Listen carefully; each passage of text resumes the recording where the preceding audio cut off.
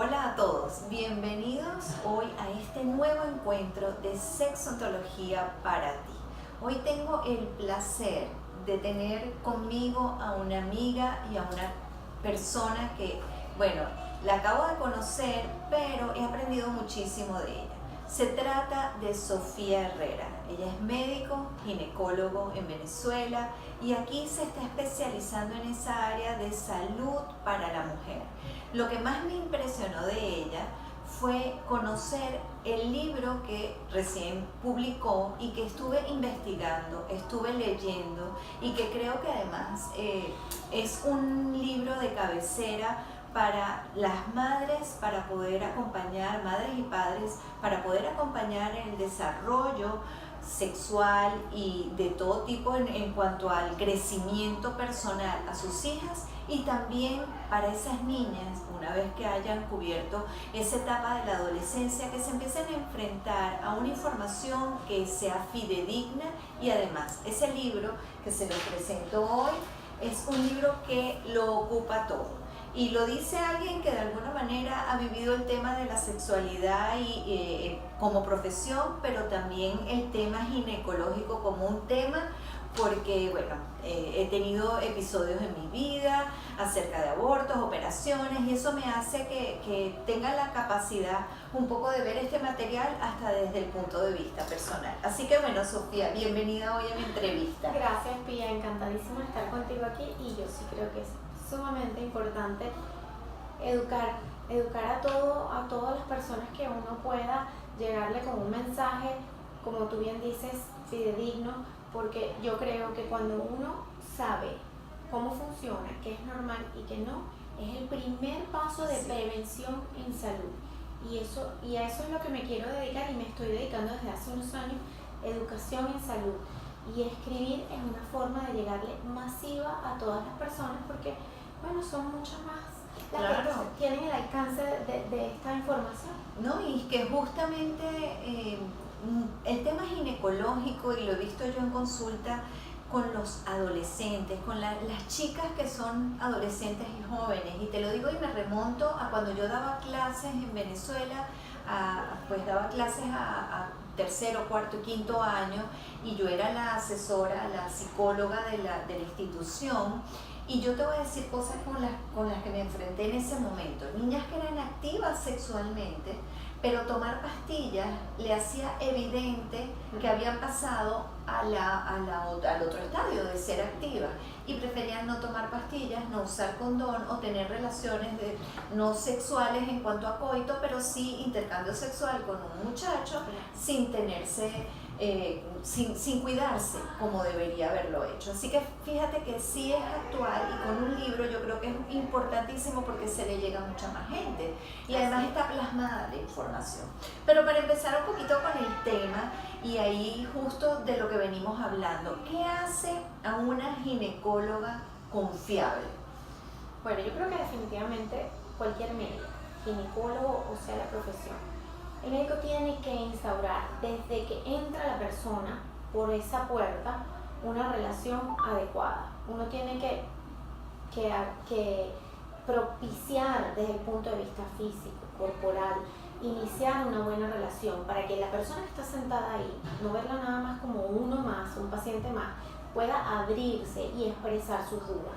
Porque en el tema de la ginecología y de la sexualidad, el tabú es tan grande. Totalmente. Que si el paciente que está enfrente se encuentra con una persona muy estructurada, muy cuadrada, muy rígida, simplemente no va a comentar más allá de lo básico de una consulta o de lo que está en una forma, forma, que está en un formato y no va a expresar sus dudas, sus inquietudes sobre temas tan delicados como son la sexualidad, el evitar un embarazo. Entonces, para que un médico ginecólogo sea confiable, primero que nada tiene que tener una postura y una apertura corporal y un lenguaje claro y coloquial, porque eso es otra cosa que frena al intercambio de ideas entre dos personas.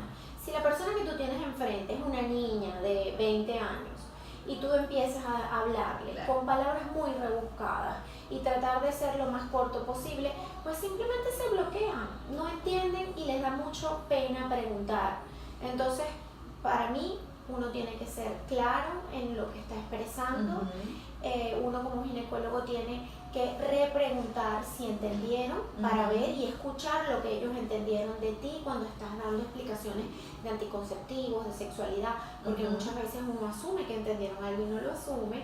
Y otra cosa es tener una postura corporal abierta para la otra persona, porque yo sí soy fiel creyente, como estudié coaching, a mí desde el punto de vista del coaching eso está súper comprobado, y desde el punto de vista de psicología, cuando tú tienes una postura, un hablar adecuado y le prestas atención a tu paciente, pues ahí va a empezar a fluir la comunicación y la persona se abre y confía. Eso en psicología pues se llama rapport, y rapport tiene que ver con la relación de confianza, es la palabra si uno la quiere traducir, y definitivamente yo no diría nada más en la ginecología, de verdad en ginecología de cualquier especialidad médica, en la medida en que tú te sientes que la otra persona le puedes confiar, porque por ejemplo un dermatólogo pudiéramos verlo como, bueno, mira, un médico que no va a invadir la parte íntima, pero la piel está en todo el cuerpo, y también con él tienes que quizás mostrar algo que si no tienes ese clima de confianza, si no te sientes en confianza, capaz no lo comuniques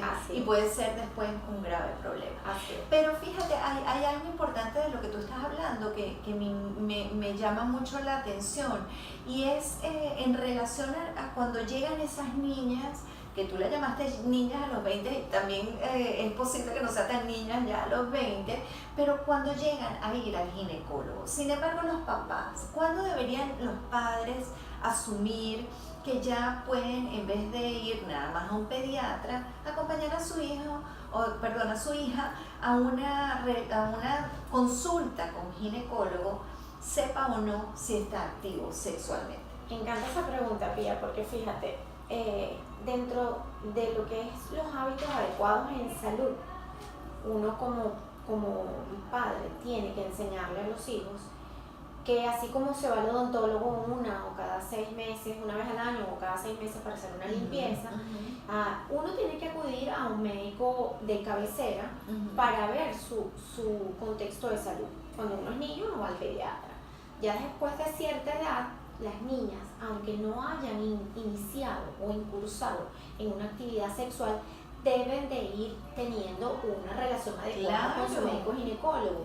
¿Cuándo recomiendo yo? Después de la primera menstruación, cuando la niña tiene el desarrollo, la menarquia, esperar de repente unos 6, 7 meses para ir anotando cada vez que le venga la menstruación, y ir a ese ginecólogo con ya información que puede darle al ginecólogo una idea de cómo está el ciclo de esa niña. En esa consulta hay que ser como padres prudentes y no asustar a los niños. Importantísimo. Porque eso que están eso diciendo. Uno no le puede decir al niño, si te portas mal te voy a llevar al pediatra para que te vacunes, por ejemplo. O también tener en esa primera visita una cuestión hasta invasiva. Una niña, o ahí sí hablo de una niña que de pronto, bueno, sus partes íntimas no las ha mostrado a nadie porque cuando era chiquita eran sus padres, pero de ahí en adelante lo siente como algo muy íntimo, llegar sin, digamos, una razón médica que lo justifique como una enfermedad o algo que le molesta, y ponerse en la posición de una silla ginecológica. Es totalmente errado. Oye, eso es empezar un poco con algo que puede causar un trauma, ¿verdad? Tal cual. ¿Qué es lo que yo recomiendo en esas consultas? Llegar con la información de cuándo se desarrolló, cuáles días que les ha venido la menstruación, todos anotaditos. Y esa consulta básicamente es para conversar.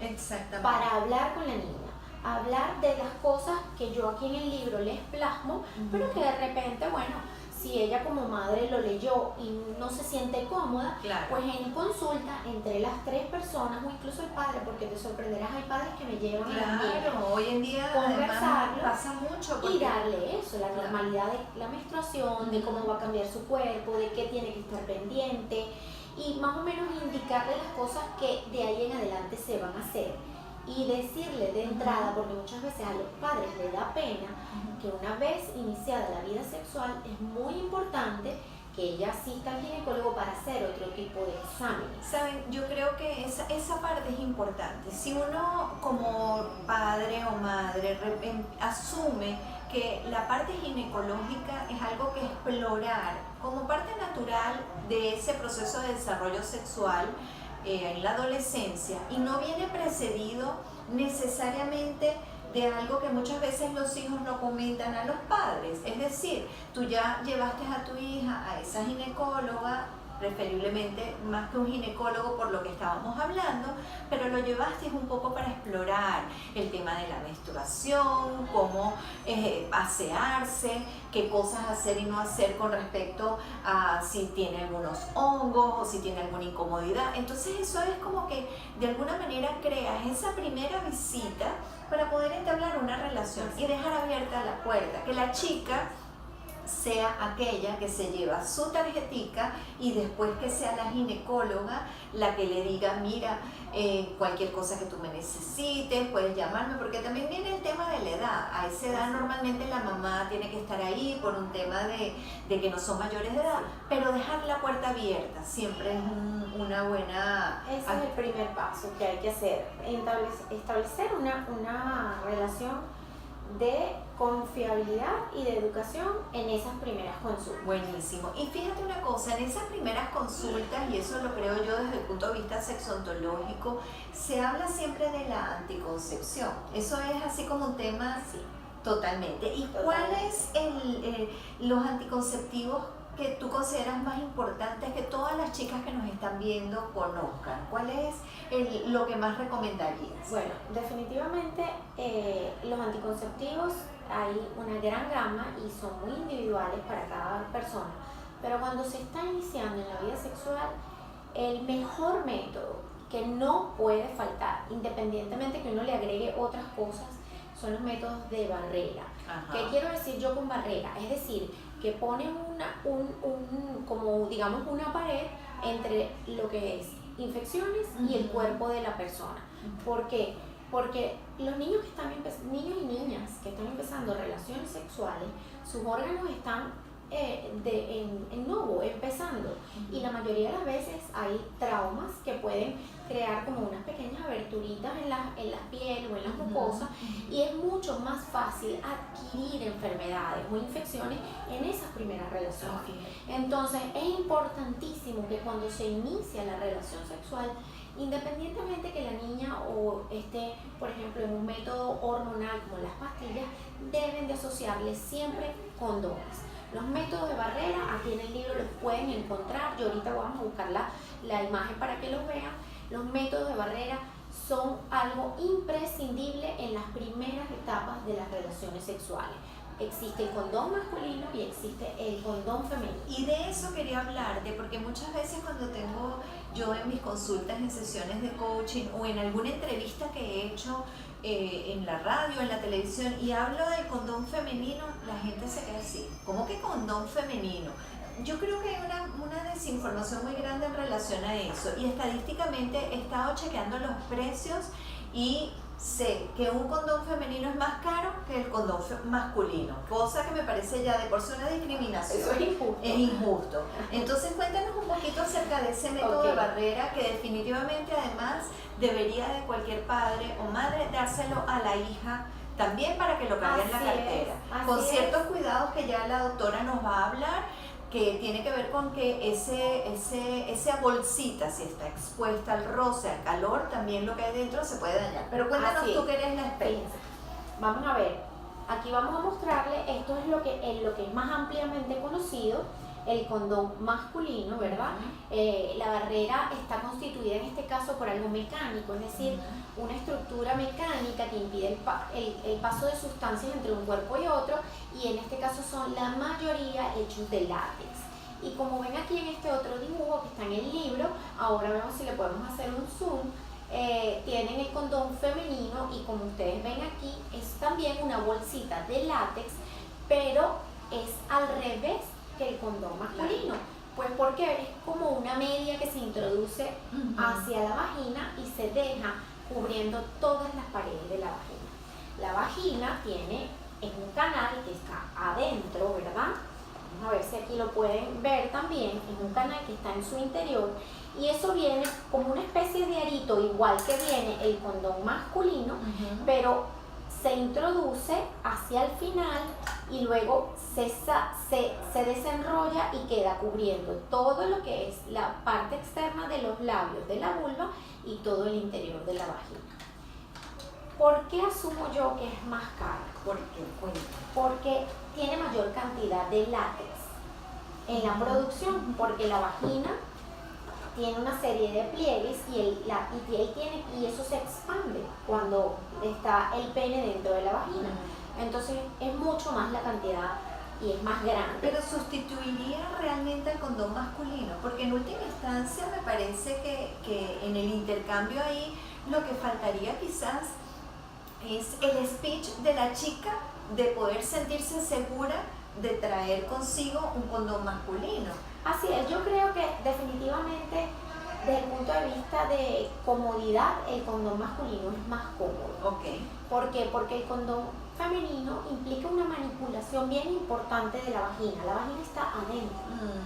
Entonces la muchacha tiene que saber manejar muy bien y desenrollar de forma adecuada, que el condón quede bien al final para que cumpla su función. Entonces básicamente también es un tema de entrenamiento. Es un tema de entrenamiento. Pero los dos son igual de buenos. Son igual de buenos, pero requiere más tiempo de entrenamiento el femenino. Entonces puede fallar más porque no se coloca bien. Y yo quiero decir algo que muchas veces los jóvenes no saben. El tema del condón, tanto femenino como masculino, es importantísimo que piensen y estén muy pendientes en el momento en que lo van a utilizar. No es después de haber habido penetración, no es después de media hora, no. Eso es una vez que ya hay la erección por parte del varón o inician el intercambio, la chica si va a usar el condón femenino, es en ese instante donde ya tiene que estar preparada. Porque los cambios de fluidos, por ejemplo el varón puede tener algo de secreción, ahí también puede haber un riesgo, bien sea de quedar embarazada o de transmisión sexual. De enfermedades. Y ahí esa es la otra pregunta que quería hacerte. Mucha gente se preocupa mucho más por el tema de estar o no embarazada, esa chiquita o esa parejita de jóvenes que están iniciando o lo que sea. Pero en realidad el tema de las enfermedades de transmisión sexual es un tema sumamente importante. Y yo voy a recordar una pacientica que tuve que era muy segura de sí misma y me parecía hasta increíble la posición que ella asumía. Y ella decía, bueno, yo no es que ande con todo el mundo, pero cuando yo tengo una pareja nueva, él y yo nos tenemos que hacer el examen antes de poder tener relaciones. ¡Wow! A mí me pareció eso tan común. Me encanta. Eso es fabuloso que todas pudieran tener esa actitud. Pero bueno, la realidad es que no es lo más común. Así que las mujeres, como tú bien dices, tenemos que tener por lo menos la actitud de exigir en los encuentros el uso del preservativo. Y no es pecado, ni como padres nosotros, ni como mujeres activas, que nosotros padres le demos a nuestras niñas los preservativos o que nosotras mismas tengamos en nuestra cartera un preservativo. Y aprendan el speech. La palabra tiene poder. Yo creo, eso lo recomiendo mucho cuando hago sesiones de coaching o en terapia, cuando trabajaba con terapia. ¿Saben qué? Párense frente al espejo y aprendan a decir el speech, que les quede parecido a lo que ustedes son y con las palabras que a ustedes les gusta usar, pero tengan, chicas, un speech donde pongan el límite. Y el límite es la salud, porque además estas enfermedades de transmisión sexual de verdad pueden ser bien complicadas que definitivamente marquen el resto de la vida, incluso para poder tener hijos a futuro. Y ahí me puedes hablar un poquitico de cuáles son las enfermedades de transmisión sexual más pendientes que tienen que estar todas estas chicas. Fíjate que yo siempre le digo a mis queridas pacientes que me consultan tanto por las redes como le digo, mira, lo más barato que te puede pasar es un hijo, porque un hijo a la final lo crías, lo das en adopción y siempre un bebé casi siempre trae felicidad. Una enfermedad de transmisión sexual, mis queridas amigas, puede ser un karma de por vida. Sí, señor. Y ahí les voy a mencionar. Las más frecuentes son el herpes genital. Aquí en la población, en Estados Unidos, herpes y virus de papiloma humano son las enfermedades de transmisión sexual más frecuentes. Y les informo que son 2 virus que no se quitan nunca, que van a estar con ustedes por el resto de su vida. ¿Se controlan? Sí, se controlan y pueden que estén ustedes sin molestias por mucho tiempo, pero puede que no. Puede que caigan en una serie de molestias en el área genital, por ejemplo el virus, la vesícula, que se explotan y forman llagas y da muchísimo dolor, y eso puede ser bastante frecuente. Entonces es un problema. El virus del papiloma humano puede dar verrugas que pueden ser muy feas desde el punto de vista cosmético, incluso molestar, doler y picar, y peor aún, en la parte interna de la matriz que no es visible.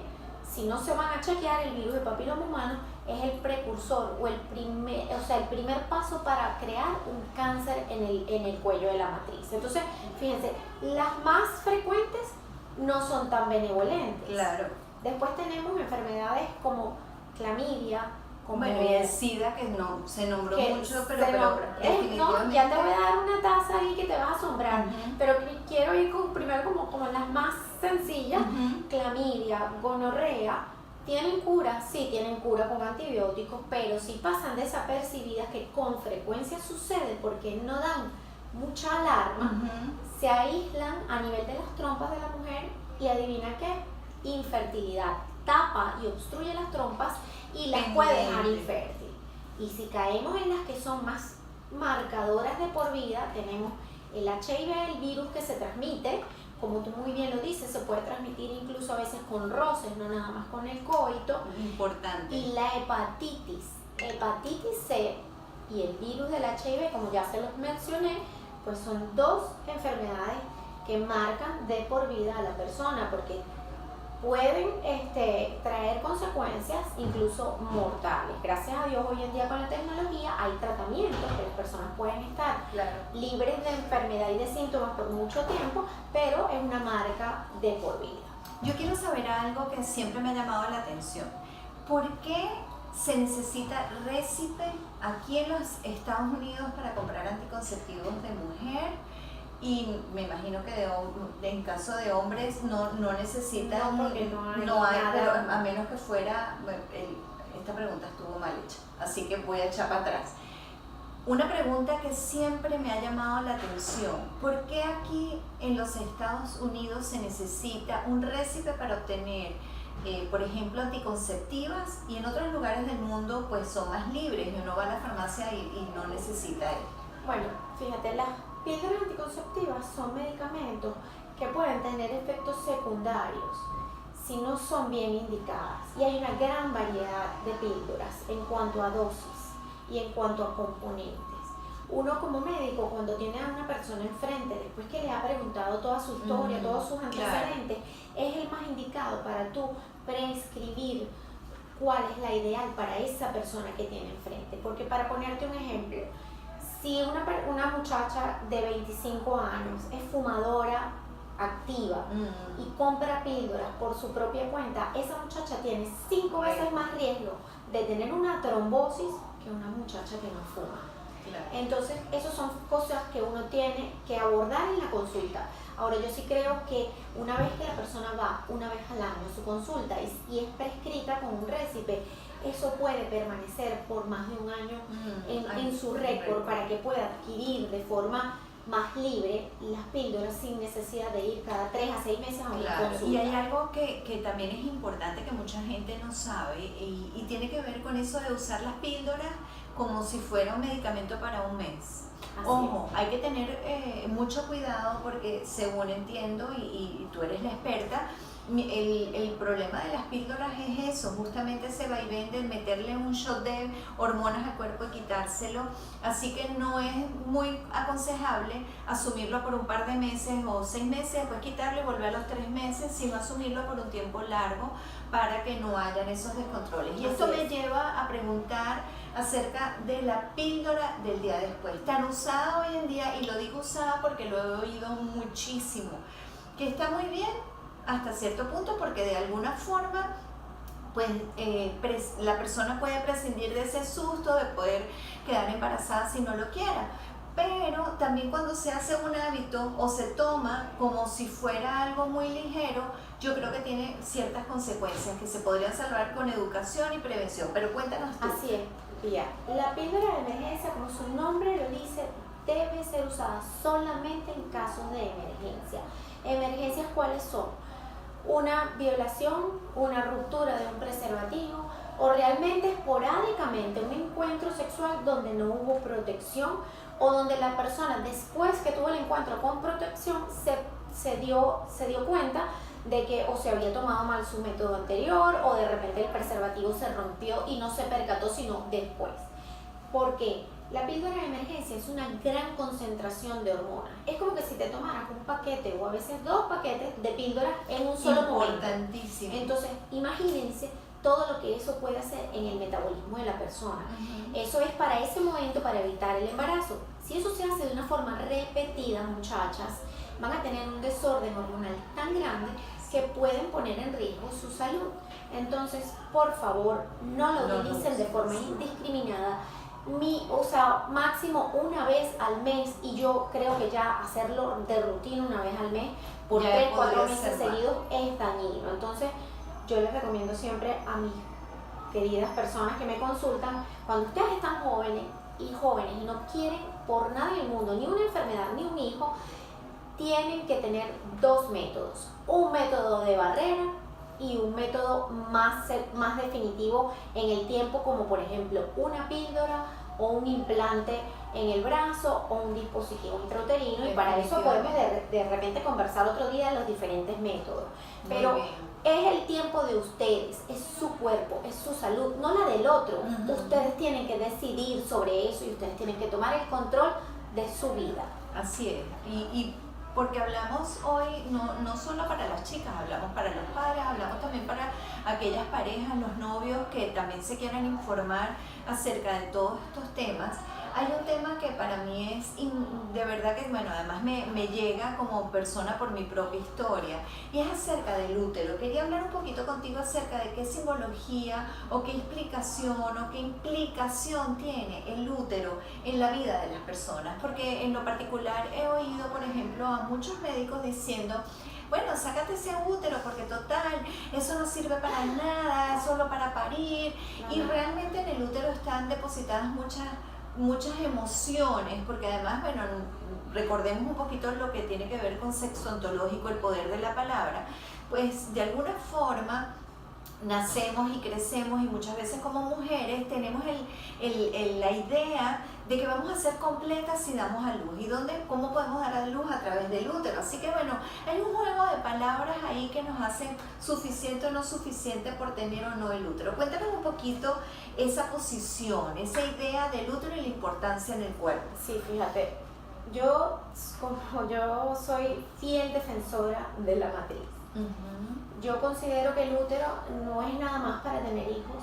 El útero, como tú bien lo dices, yo lo he visto en mi experiencia como médico, en las mujeres. Hay mujeres que después de que se les remueve el útero tienen como una sensación de vacío, de apego, que, ojo, o sea, no es que van a quedar vacías. Las mujeres después que se les quita el útero no quedan vacías. Esas son sustituidas por ciertas vísceras que se acomodan ahí, pero tiene un significado de feminidad, de simbología de poder ser madre, de poder dar vida. Entonces es algo que hay que tomarlo como un poco más en serio. Yo sí considero que siempre hay que agotar todos los recursos cuando la mujer está frente a una condición médica que requiere intervenir la matriz. Yo soy partidaria de siempre empezar por lo menos invasivo y dejar de último lo más invasivo.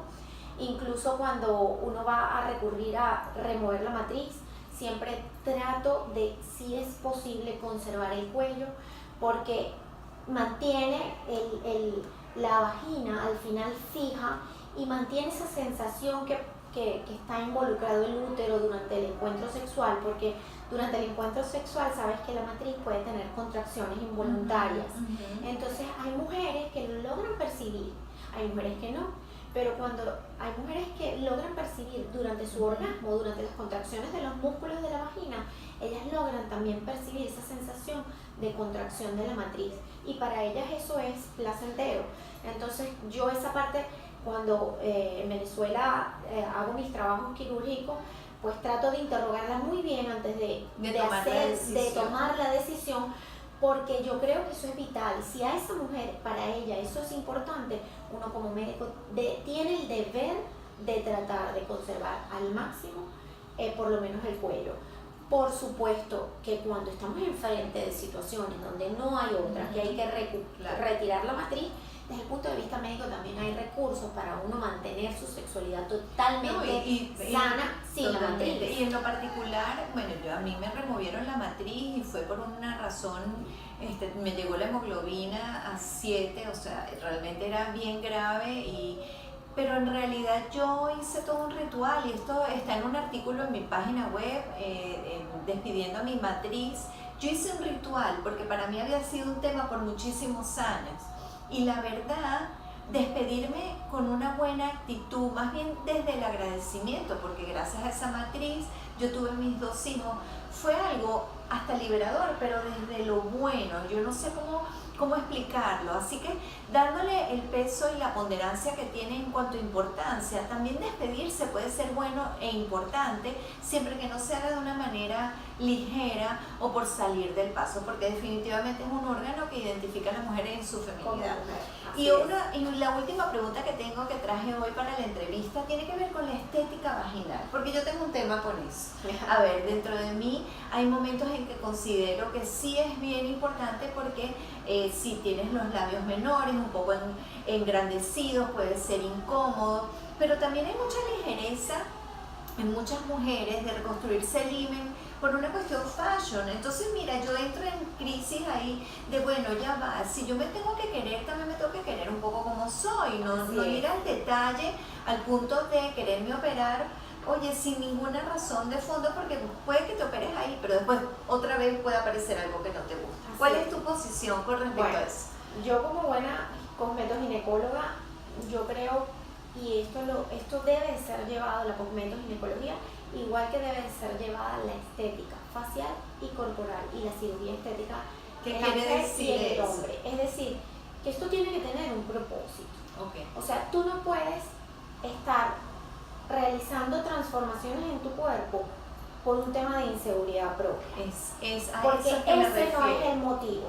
Es el motivo equivocado. ¿Por qué? Porque cuando tú lo estás haciendo o para satisfacer a otro o para tapar una inseguridad, ya sea en el área sexual o en el área de autoestima, que están, totalmente relacionadas, pues el resultado nunca va a ser el que tú esperas. Claro. Porque nunca estás tratando el problema de fondo. Ahora, si hay un objetivo claro de por qué tú te quieres mejorar, porque tú quieres cambiar cierto aspecto que te va a ayudar a tener una mejor sexualidad, eso está totalmente aceptado. ¿A partir de qué edad una chica puede tomar esa decisión? Definitivamente aquí tiene que haber una madurez en edad y en sexualidad. Es totalmente erróneo tratar entre los 15 y 16 años hacer algún tipo de cirugía, a menos que tengan un defecto o no un defecto, sino una particularidad en la anatomía tan importante que le traiga otros problemas, como por ejemplo el de los labios largos. Hay algunas niñas que tienen hipertrofia exagerada de los labios que les da dolor cuando hacen ejercicio, cuando hacen gimnasia, o tienen muchas micosis, o se les sale de la ropa interior y se lo pisan. Entonces esos son casos muy particulares. Okay. Pero una niña de 18 años que simplemente quiere ver una vulva de una niña de 5 años que tiene unos labios relativamente normal, que no molestan, pues yo creo que hay que madurar un poco más. Uno como médico tiene que tratar de evaluar bien el contexto, investigar realmente si es que estamos enfrente a un caso de autoestima, de alguna coerción desde el punto de vista sexual, porque muchas veces esto se asocia a problemas desde el punto de vista sexual, de conducta y de encuentros, que de molestias. Y por Entonces eso yo soy partidaria de abordar el tema de la cosmetoginecología, estoy 100% en pro de ella, pero bien hecha, con ética. Y con adecuación y de las cirugías o de los procedimientos. claro, y quizás un poco también multidisciplinaria. Porque yo creo que en términos de lo que es la estética, y hablo aquí, ok, sí, de la parte ginecológica en cuanto a la estética, pero también es hacerse o no los senos, también es quitarse las paticas de gallo. Cuando de esto no se ha trabajado lo que hay detrás, pues eso se vuelve casi que una adicción muchas veces. Eso porque tiene un nombre. Sí, el síndrome dismórfico. exactamente, porque vas a conseguir algo que quieres cambiarlo de forma, Así eso te es. quedas pegado. Entonces mucho cuidado con eso.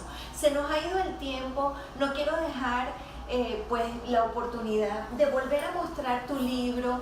Yo les recomiendo este libro, ya me lo leí, lo investigué, es un buen libro porque es una guía tanto para padres como para adolescentes, en este caso de las mujeres. Ella tiene otro libro por ahí horneándose, pero les recomiendo. Cuenta dónde se puede conseguir. Bueno, lo pueden conseguir en Amazon, está disponible en edición Kindle, en ebooks, en papel, en España, que me han preguntado mucho, está en la página de Editorial Caligrama, está disponible en Barnes & Noble también en la versión digital, en el Corte Inglés está también disponible en físico en España. En fin, el portal de Amazon y el portal de Caligrama es el más amplio y tienen todos los iconos en donde lo pueden conseguir. Buenísimo. Bueno, muchas gracias de verdad, Sofía, por esta entrevista. Espero que les sea útil a todos los que nos están viendo. Además, bueno, no se olviden de seguirla a ella en las redes y cualquier duda que tengan, pues nos pueden escribir. Ella está dejando también su email en las redes, el mío lo conocen y está en toda la página. Así que bueno, nos vemos en un próximo episodio de Sexontología para ti. Muchísimas gracias por acompañarnos.